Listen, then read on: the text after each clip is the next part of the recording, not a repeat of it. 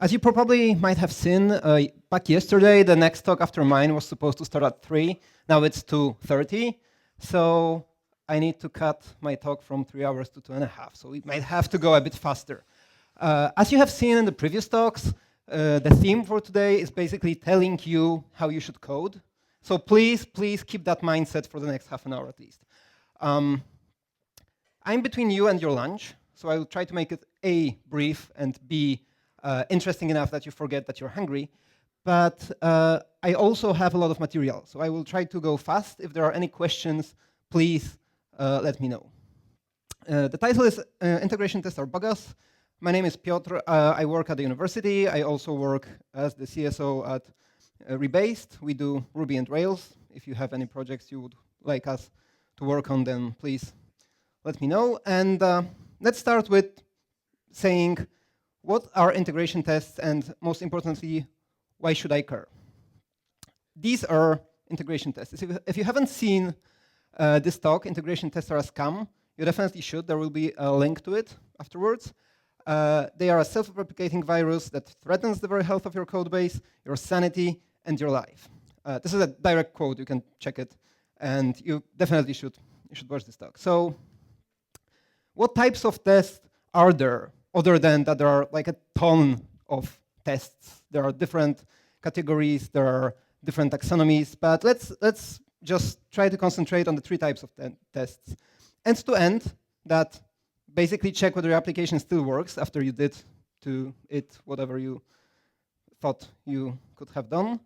The integration tests that check whether an object works actually with actual collaborators of itself.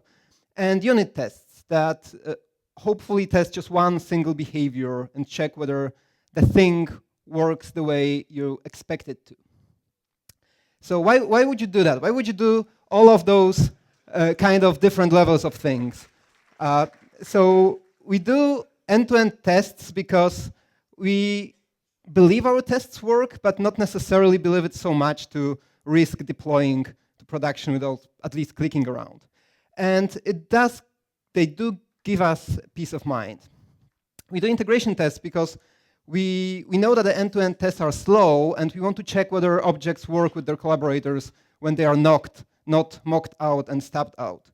And we do unit tests because we want to see what broke when something breaks. And if something breaks and you only have end-to-end tests, then usually like half of them blow up, which is not necessarily a very good thing to figure out what actually broke. And the unit tests also allow you to do outside-in development, which is sometimes a very interesting technique, and I like it a lot. So speed is not the reason why you should do unit testing. Unit testing gives you fast tests, and this is crucial to do testing in a sane manner. But this is not necessarily the reason to do unit tests. We do unit tests because we want to isolate the object under test from its collaborators. And for that, we use test doubles. They stand in for the collaborators. There are stubs that have a given response. Rather than calling the collaborator, you say, well, just assume that it returned this value. And there are mocks which verify that you actually made the right call and that your code actually communicated with the given collaborator. And test doubles isolate. And these are two nice quotes that I really like, so I put them on those slides. Especially the second one is very important. If you ever had an object that has a ton of collaborators and they weren't injected, then it was probably very hard to test in isolation. So if you don't know, there's a wonderful, I think one of the best Ruby books out there, Practical Object-Oriented Design with Ruby. And it basically says that if we want to test our objects with collaborators, it would be good if we stuck to the command query separation, which basically says that the outgoing calls from our objects should be either query calls, which mean they ask the collaborator for something and just get the answer, but it's not state changing. And then that call shouldn't have side effects, and we're interested in the return value, or command calls, which basically tell the other object to do something, are state changing, but we're not interested in return value. In Ruby, we cannot be not interested in return value because we don't have methods that do not return anything.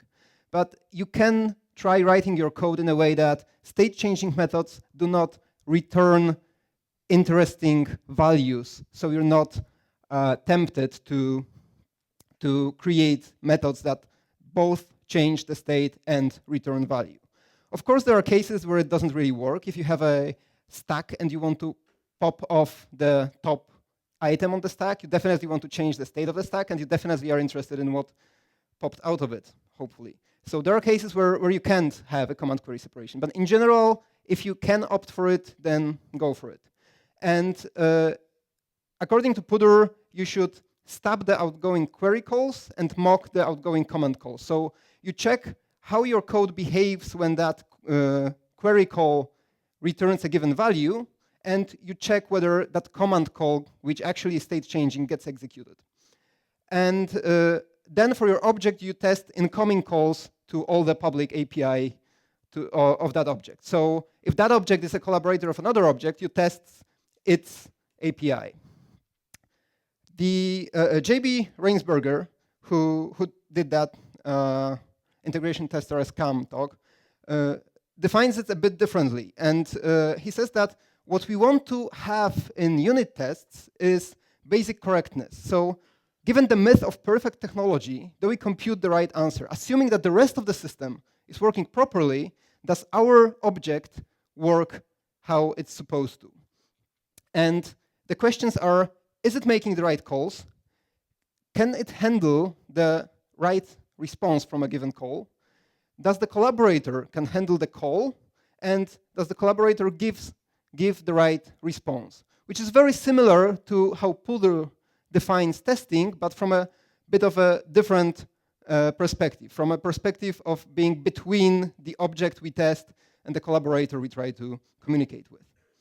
So heavy use of doubles. If you want to do unit testing that actually isolates the object from all of its collaborators, you have to use test doubles, and they are actually required if you are doing outside-in testing, because you don't have the insights when you design the outsides. So they are required to drive design, they are required to isolate in unit tests, but probably you might have encountered a situation where your code changed and your mocks or stubs weren't updated, and then the stubs and mocks are showing to the object under test a state of the world that never can actually exist. So you can have this awful situation when you have green test suite that is heavily mocked and the app actually doesn't boot. And this gives you a false sense of security, and then when you're when you understand that the sense of security was false, it shatters your trust in your test, which is a really, really bad situation to be in. So basically the problem with doubles is that what if the outgoing call is wrong? And what if the outgoing call is right, but the collaborator can't handle it in the way that we presume, that we expect it to handle? And if you ever saw something like this in your tests, then this is exactly the symptom of this situation. Like if you have a part of your tests that check whether the mocks and stubs are connected, right, then basically it means you have this situation. So the solutions that people usually come up with is either that end-to-end test will catch it, and they won't, because you can't test all the code paths in your code base with end-to-end tests. And also, the other answer is this is exactly why we have integration tests. And the problem is they do test a bit too much in many cases, and they are also quite slow, and you again cannot test all the code paths because there are, if you have too many interactions with too many collaborators, then all the cases are, they grow very fast, basically. Watch that talk. I don't want to repeat too much of it. So that was all very hand-wavy, and that was all glitter or powder or something like this. But let's actually, I'm very sorry, this is a very bad joke. But let's actually show by example what I actually mean. The code here will be usually badly designed and very badly tested, but I went to some shortcuts to make it simple for the purpose of this presentation. So let's have a weather service for vehicles. We have a vehicle. Tomasz drove me here in his Camaro, so I just paid a tribute. And let's say that if we were in Warsaw, the weather was very bad for doing any kind of coding, but by now, as you can see probably outside, the weather is much better. We are much more interested to be inside than outside. Very good. So we expect this weather object to collaborate with the vehicle, ask it for its location, and then, depending on whether it's Warsaw or Wrocław, then get the right answer. So we implement the vehicle, and let's just bear with me for a second. This implementation probably looks awful, and it is. And we implement our weather, which basically asks the vehicle for its location. If it's Warsaw, then says one thing. If Wrocław, then another. We run our specs. They pass really, really quickly, even though this is a fully integrated test. It integrates the weather with the vehicle. But let's say you actually have seen what was happening in the car when we try to navigate and figure out where we are. And actually, let's assume that asking the vehicle for its location is very costly. We still have an integrated test. It still passes, but it's actually really, really slow now. And it takes a lot of time to check whether weather collaborates properly with its collaborator. So we can say, OK, let's just stub it. And the simplest way to stub in Ruby is to just OpenStruct, because in OpenStruct you can define make any calls that are like setters, and then you get those as getters. So this is like the simplest double that does only stubbing. And we run again, and we also, again, have a very, very quick spec that actually passes and actually does exactly what the previous spec did. But let's also actually pretend that we wanted to spice up our code base a bit. And now that our cars, our vehicles don't have locations, they have whereabouts. And now that we have this, and we have our stub, we have a situation where our vehicle no longer can be asked about its location, but the problem is, it was a breaking change, but our specs don't say it, right? It's like the specs still pass, everything is all right. The weather object supposedly is working like it should. It takes a vehicle, it calls location on it. Vehicles no longer have locations, but it doesn't matter. We're very happy because we stubbed it.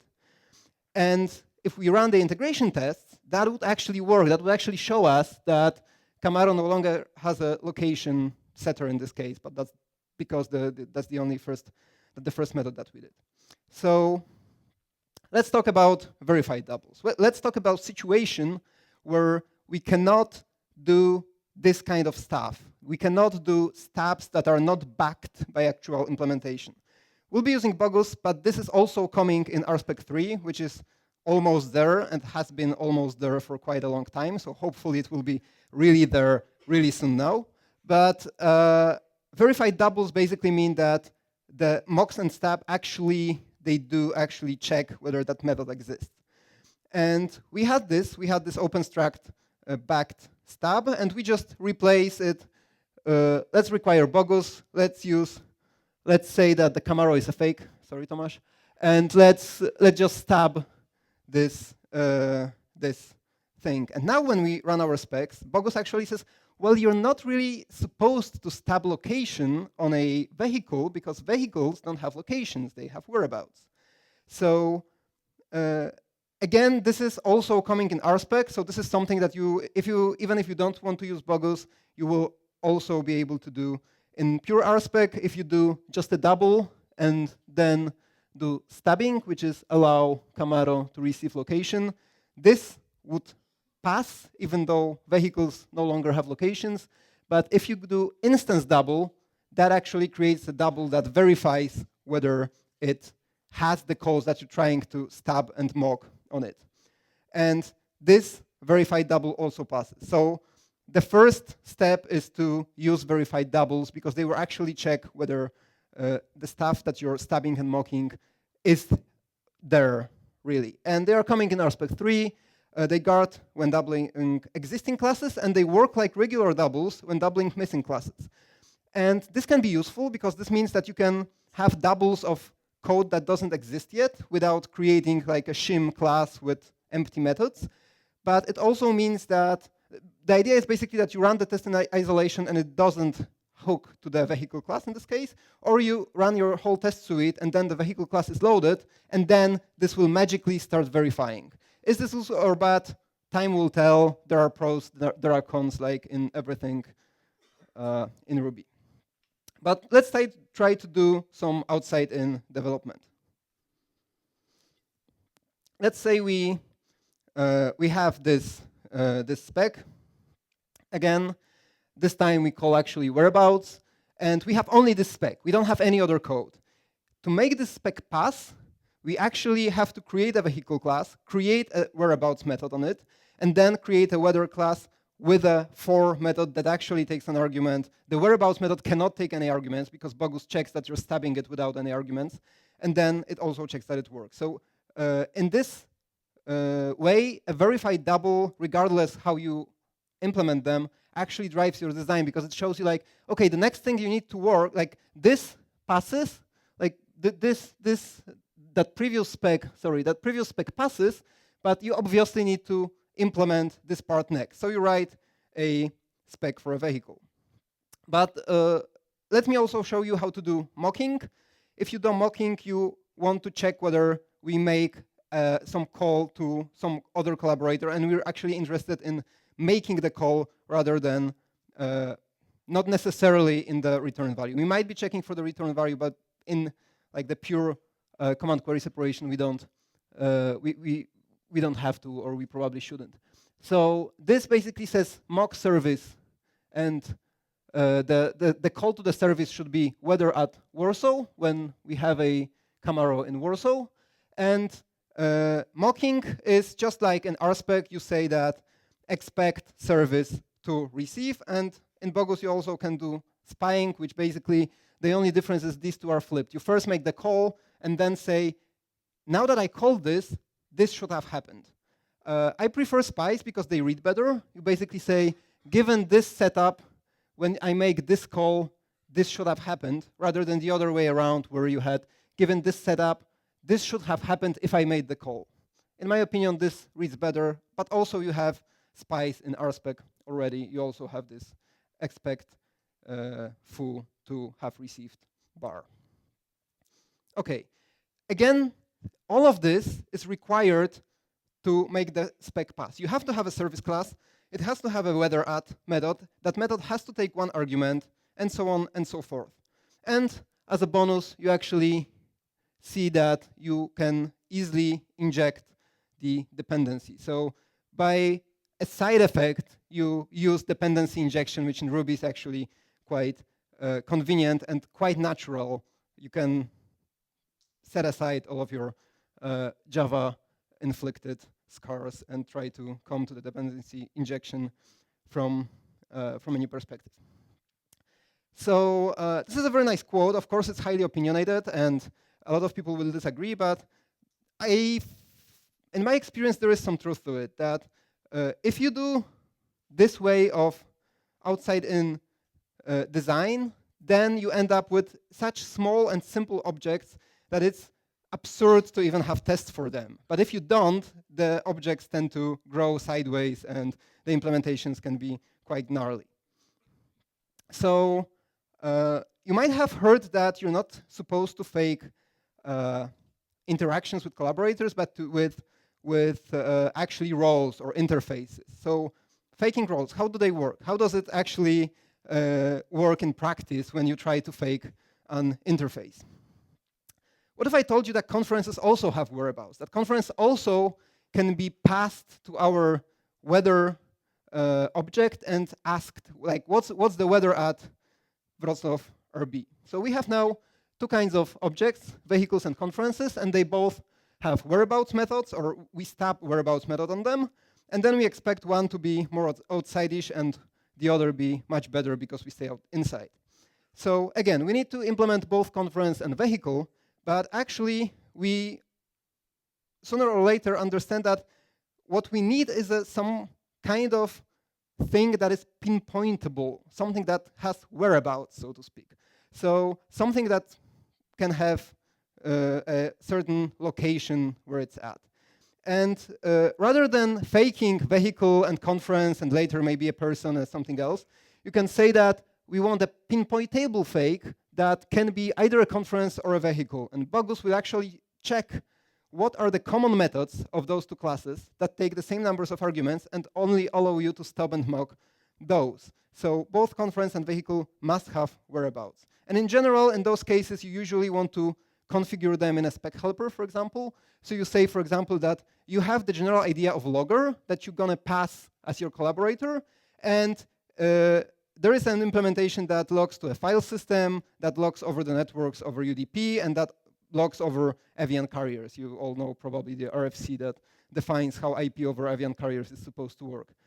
So this will actually make sure that anywhere in your test you call logger fake logger, you can only stub and mock methods common to all three classes. And again, a very quick quote that I really like that needs to be probably read a couple of times, but it's when you do test-driven development over time, you tend to enjoy it more and more. At least I tend to, because I learned how to do it properly, and I usually think that I was really stupid a year ago.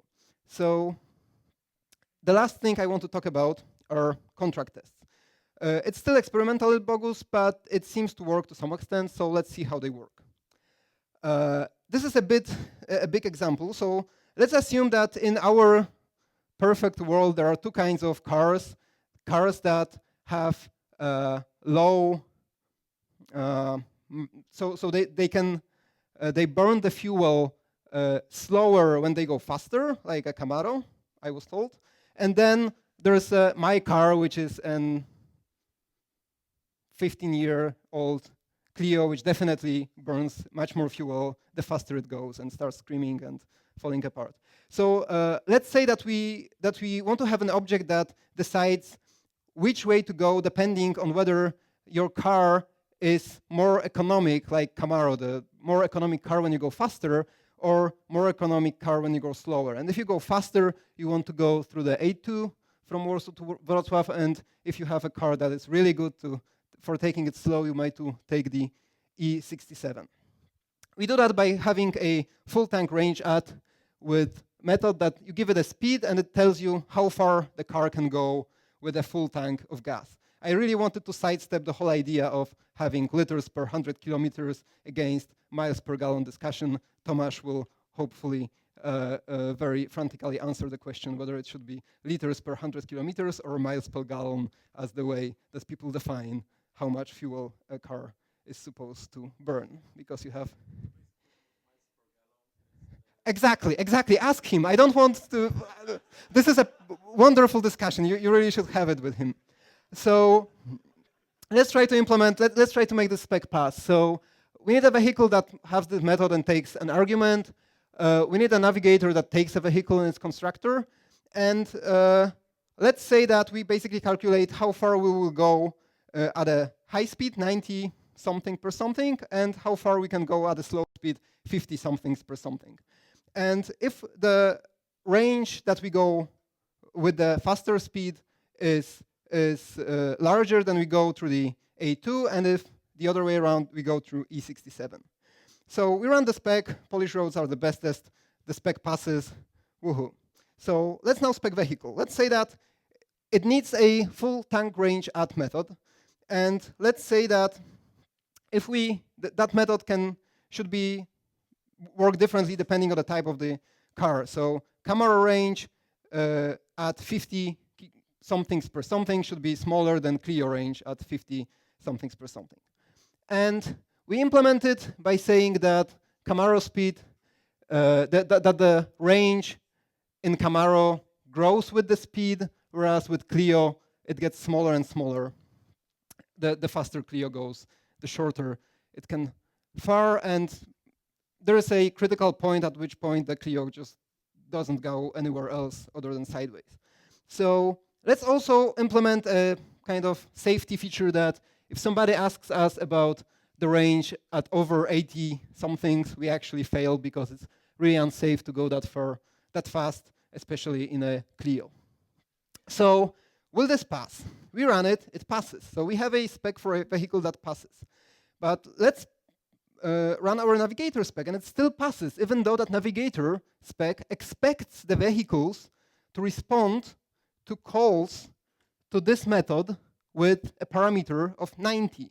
So now we have the situation where the navigator makes the proper calls, as in the methods are there, they take the right arguments. The vehicle, we check that it actually can respond to the check speed of 50, but we don't check whether it can respond properly to the check speed of 90, even though we use that as a mock value.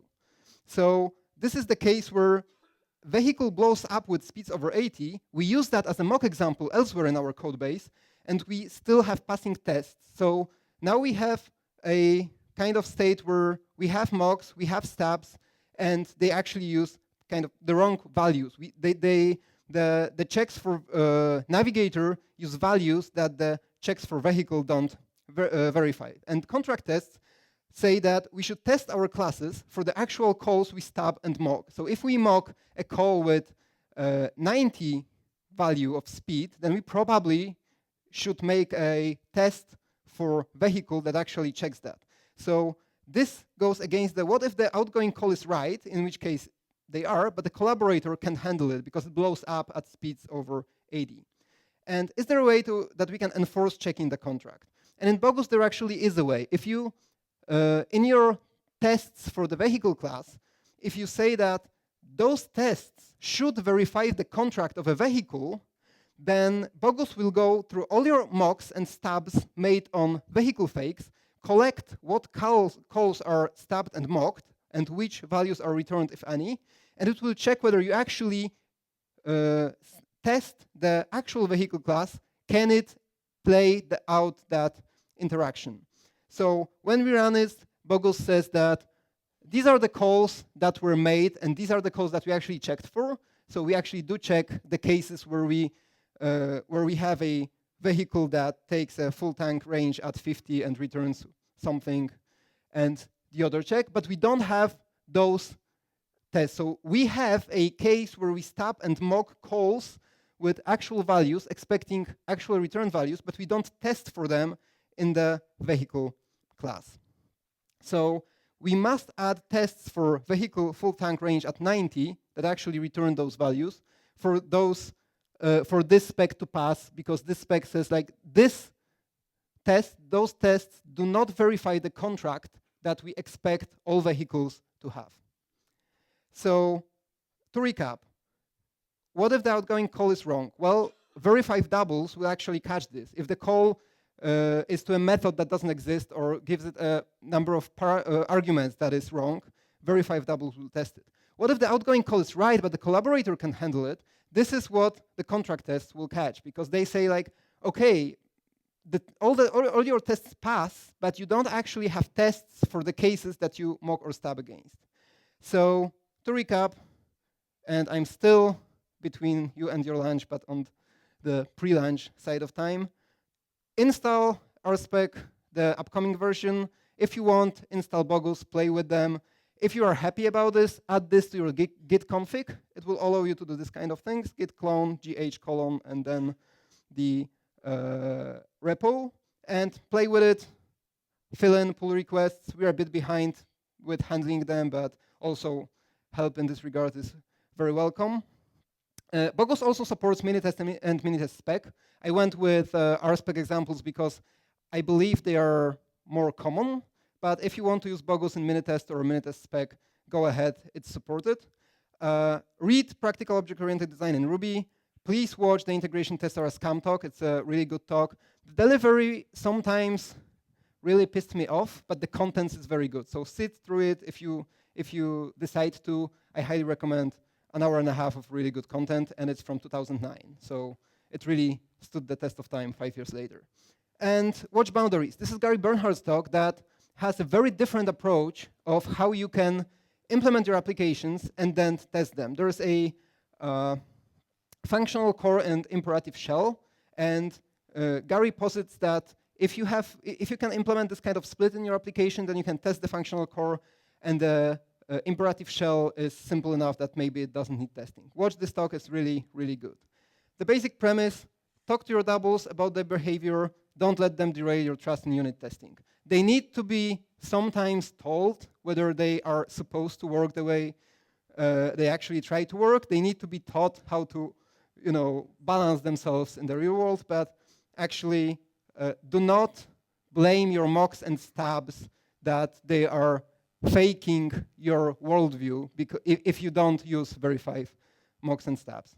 That's all I have. Thank you so much. The slides are at talks.chastel.net. Thank you. Thank you so much. Who's got some questions? Oh, yeah. So that's all cool, but the examples were only about primitives. And how well does it work if we give objects as parameters?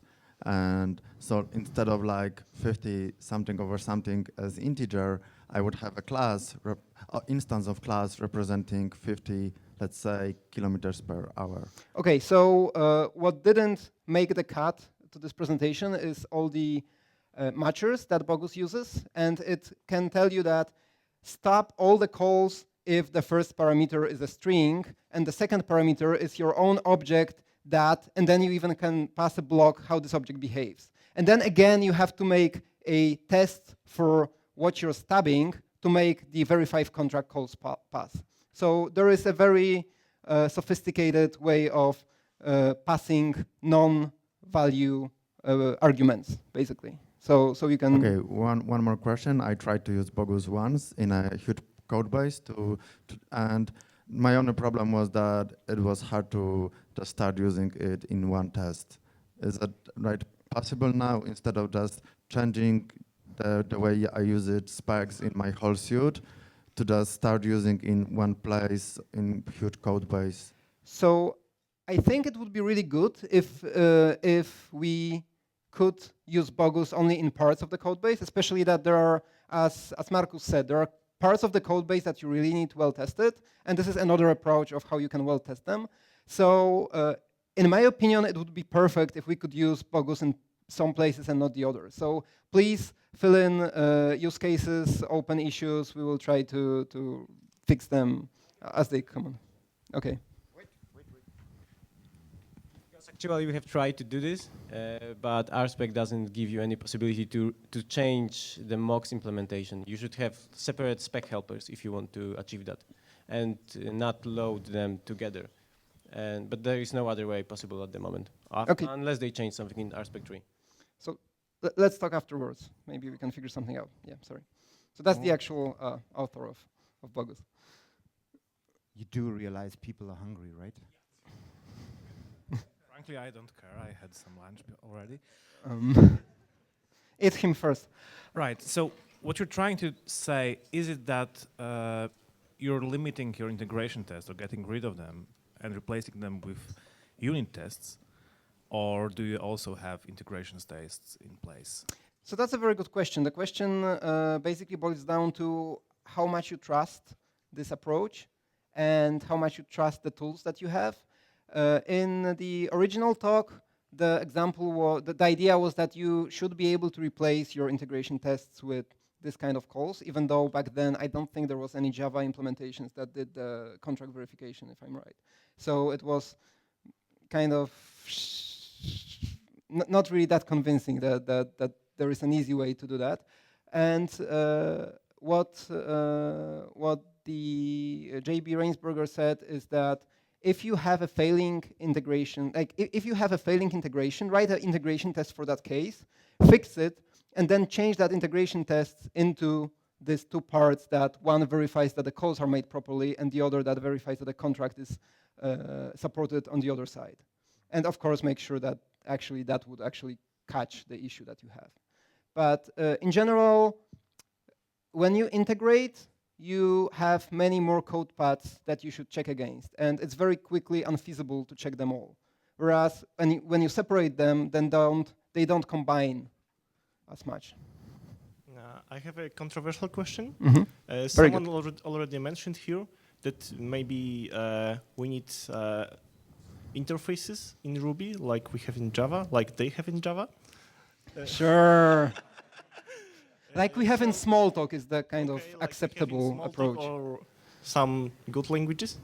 So don't you think that we need interfaces just to omit this inferring a common interface between different loggers, for example? I don't know. Marcus will gladly answer your question in a second. I just want to say that I don't feel strong enough in language design to say whether we need them. In my opinion, instead of trying to get interfaces into Ruby, we should just write objects that only support a specific interface. So it's normally an interface in Java is a facade around an object, and that object is typically far more powerful. So if you just set up a really small interface, which has 2 or maybe only 1 method with 2 arguments, it should be enough to have an object that only supports this. So make the object the interface. Okay, so basically, instead of creating big classes that implements a couple of interfaces like they do in Java, we could create okay, like But they do in JRuby. like the people do in Java. We could create a couple of small classes that implement only one interface, right? Maybe. It kind of depends. I'm sure there are very valid use cases where you want a class with many interfaces. So I have a question. Do you have any strong feelings about whether you should be doing contra testing in the actual in the actual tests, or maybe if we should be going in the direction of adding pre and post conditions to actual methods that check at runtime, and then via mutations or whatever they'll fail anyways?